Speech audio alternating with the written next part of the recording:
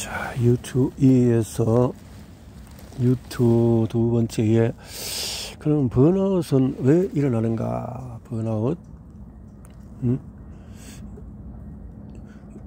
육체가 흘러간 한계를 뛰어넘으려 하는 것은 인간의 본성이다.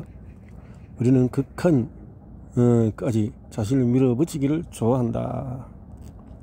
사람들은 저마다 체력의 한계치나 번아웃의 임계치가 다르다. 어떤 사람은 한 길로 자신을 몰아붙여도 멀쩡한 반면에 또 그의 동료는 이미 번아웃으로 나가 떨어지기도 한다. 우리는 분야를 막론하고 늘 자신의 능력과 성과를 남들과 비교한다. 또 커리어, 취미, 운동, 학업, 소셜미디어 등등 생활의 모든 영역에서 우리가 번아웃에 이르는 시점은 남들보다 빠를 수도 있고 늦을 수도 있다. 그렇다고 이렇게 저대로 남을 재단해서는 안 된다. 스스로를 재단하거나 깎아내려서도 안 된다. 사람마다 상황마다 번아웃에 이르는 이유는 다르다. 독성, 정근성, 노출도 주요 원인이 될 수가 있다. 그러니까 노출이 얼마나 많으냐 적으냐 따라서 번아웃이 더 있을 수 있고 하기 때문에 함부로 사람을 똑같이 그렇게 평가를 해서는 안 된다. 사람마다 달리 노출된 것이 다르기 때문에 그렇다는 거네요. 또 다른 원인으로는 만성화된 질병의 또 증상이 있다. 저등급 바이러스 감염은 또 의외로 흔한 기저 질환이다. 대부분의 사람들은 60종이 넘는 앱스타인 바이러스 변종, 또 30종이 넘는 대성포진이나 또 거대 세포 바이러스 변종 또는 기타 바이러스 변종 중 하나 이상이 간 깊숙이 침투했다는 사실을 모른 채 살아간다.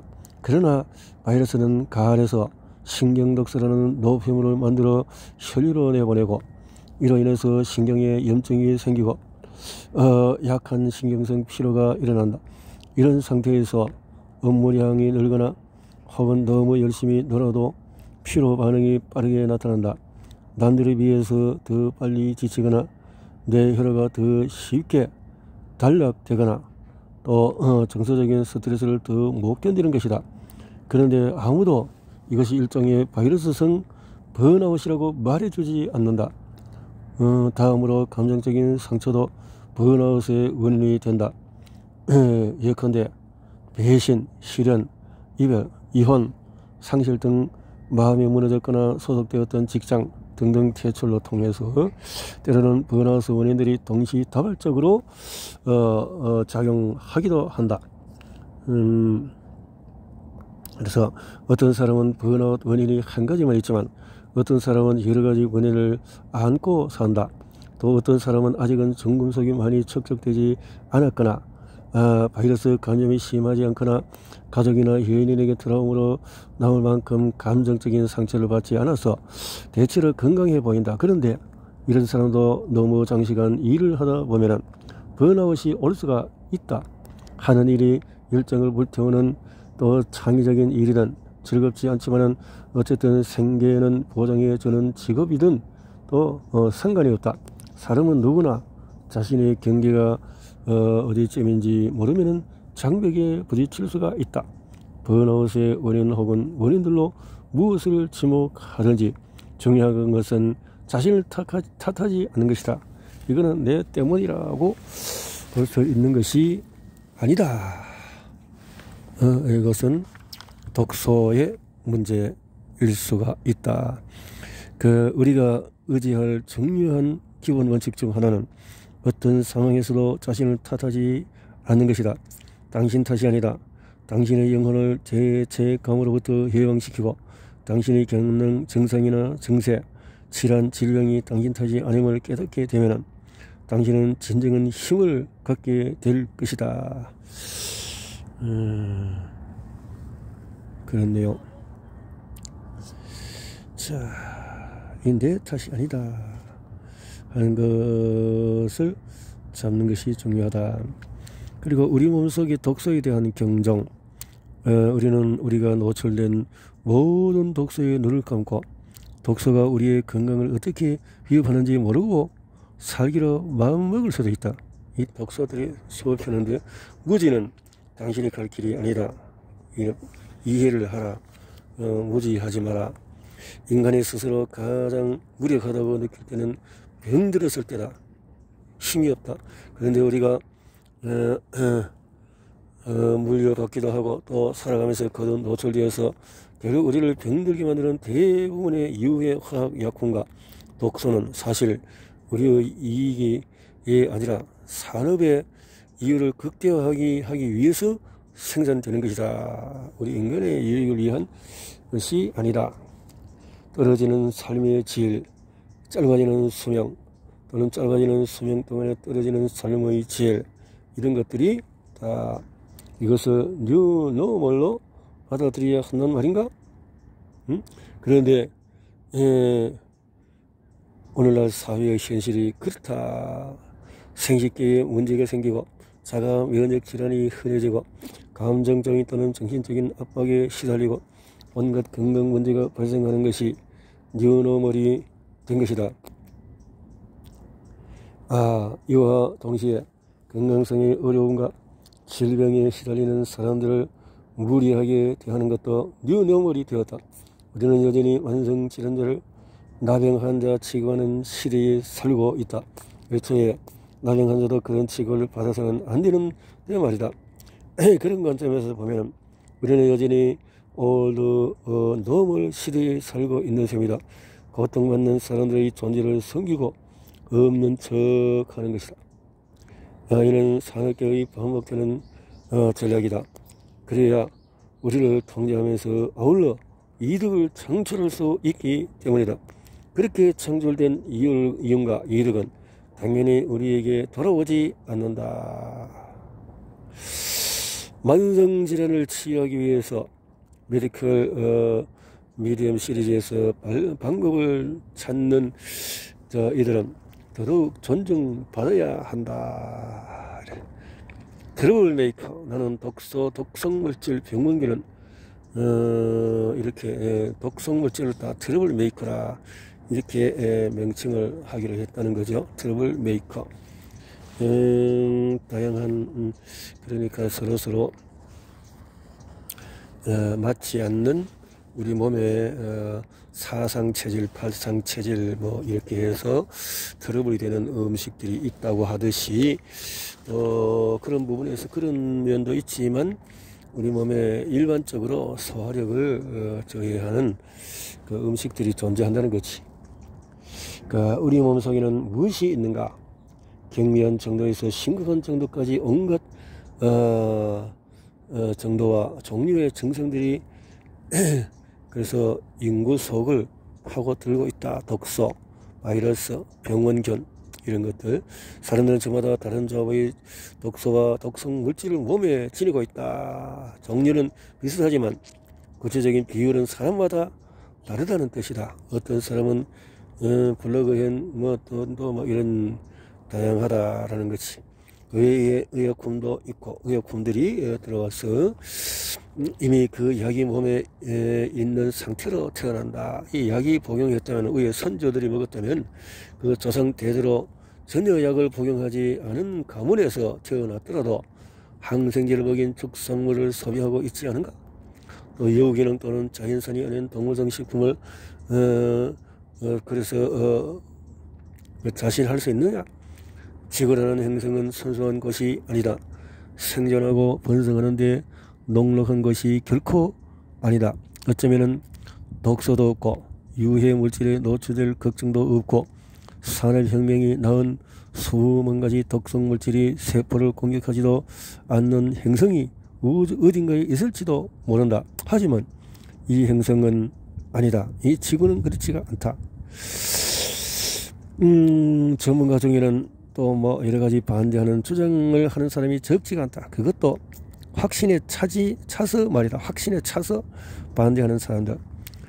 그들은 몸을 청소하거나 독소를 제거하는 어떤 행위도 반대하면서 적당한 식단과 운동만으로도 몸은 자연적으로 청소, 해독을 한다고 주장을 하는데 그렇지 않다는 것이. 우리 몸 속에 이 독소라는 것이 우리 몸은 독소를 청소하고 배출하기 위해서 도움이 필요하다.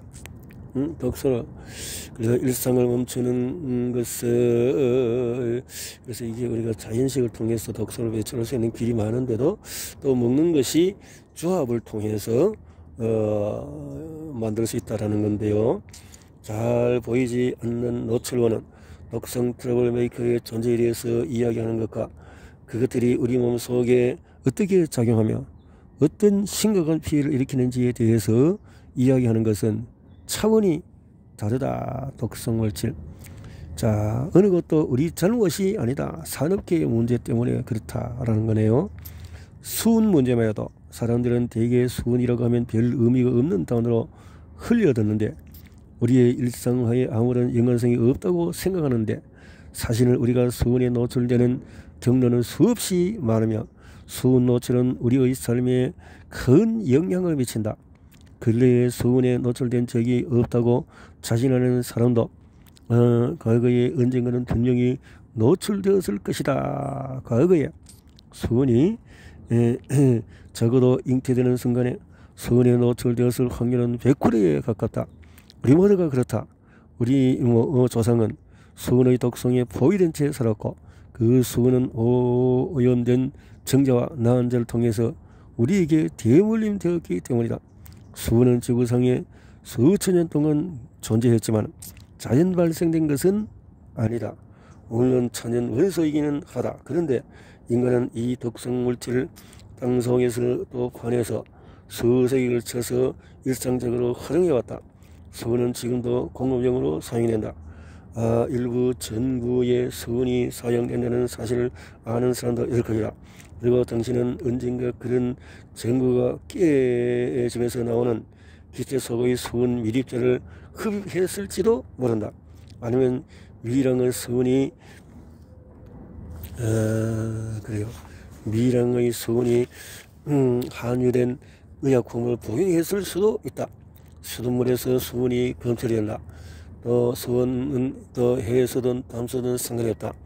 어떤 도시든 음식 조리에 사용하는 여과되지 않은 물에서도 수은이 검출된다. 당신은 지하 충전에 수은이 쓰이던 이런 수은, 다양한 수은 건전지, 산업 재개물 등등에서 나열하는 경로로 수은에 노출되었을 리가 없다고 장담하더라도 우리 모두는 수은에 노출이 된다. 수은은 하늘에서도 떨어지니까 우주에서 뿌린 수은 알갱이가 지구로 떨어진다는 이야기가 아니고 수성의 신이 떨군 눈방울도 아니다. 수은은 대부분 사람들이 떠올리는 것처럼 구식 온도계가 깨지면서 흘러나오는 은색 방울 형태만 있는 것이 아니다. 수은은 아주 미세한 입자 형태로 존재하기도 하고 우리가 흡입하는 수은 또 항공기가 배출하는 기체에서 분리되어서 대기에 떠다니다가 우리에게 도달하는 것이 대부분이다. 잘 지적했네요. 항공기. 인체에 들어온 수은은 결코 얌전히 있지 않는다.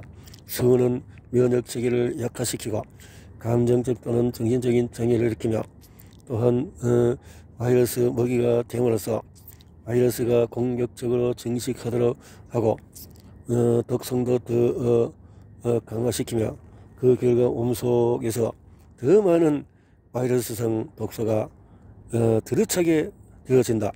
이런 상태는 다양한 신경계의 문제로 이어지는데 그러면 진단명에 있는 몇 가지만 예로 들자면은 신경성 라인병, 다발성 경화증, 섬유 근육통, 만성 피로 증후군, 조울증, 조현병, 저혈압 결핍, 과잉행동 장애, 자폐증 등이 있다. 수은은 앱사인파 바이러스 같은 특정 바이러스의 먹이가 되면 그 바이러스는 정금속을 품은 신경독을 배출하게 되는데 이것은 먹이가 되어준 독성 물질보다도 훨씬 더 강력한 독이다. 수은을 기반으로 생성된 그 신경독은 인체의 모든 신경에 극히 해롭다. 피로, 따끔거림, 무감각, 틱, 경련, 불안감, 우울증, 감정장애, 편두통, 두통, 이명, 사지힘 빠짐, 수면장애 등의 증상을 유발한다. 건강에 문제가 생기기까지 그리 많은 수은이 축적될 필요도 없다. 기억도 나지 않을 만큼 무심코 흘려보낸 한순간에 노출된 극히 미량의 수은도 훗날 심각한 문제를 일으킬 수 있다. 그렇기 때문에 우리는 수은을 우리 일상과 동떨어진 물질로 치부해서는 안 된다.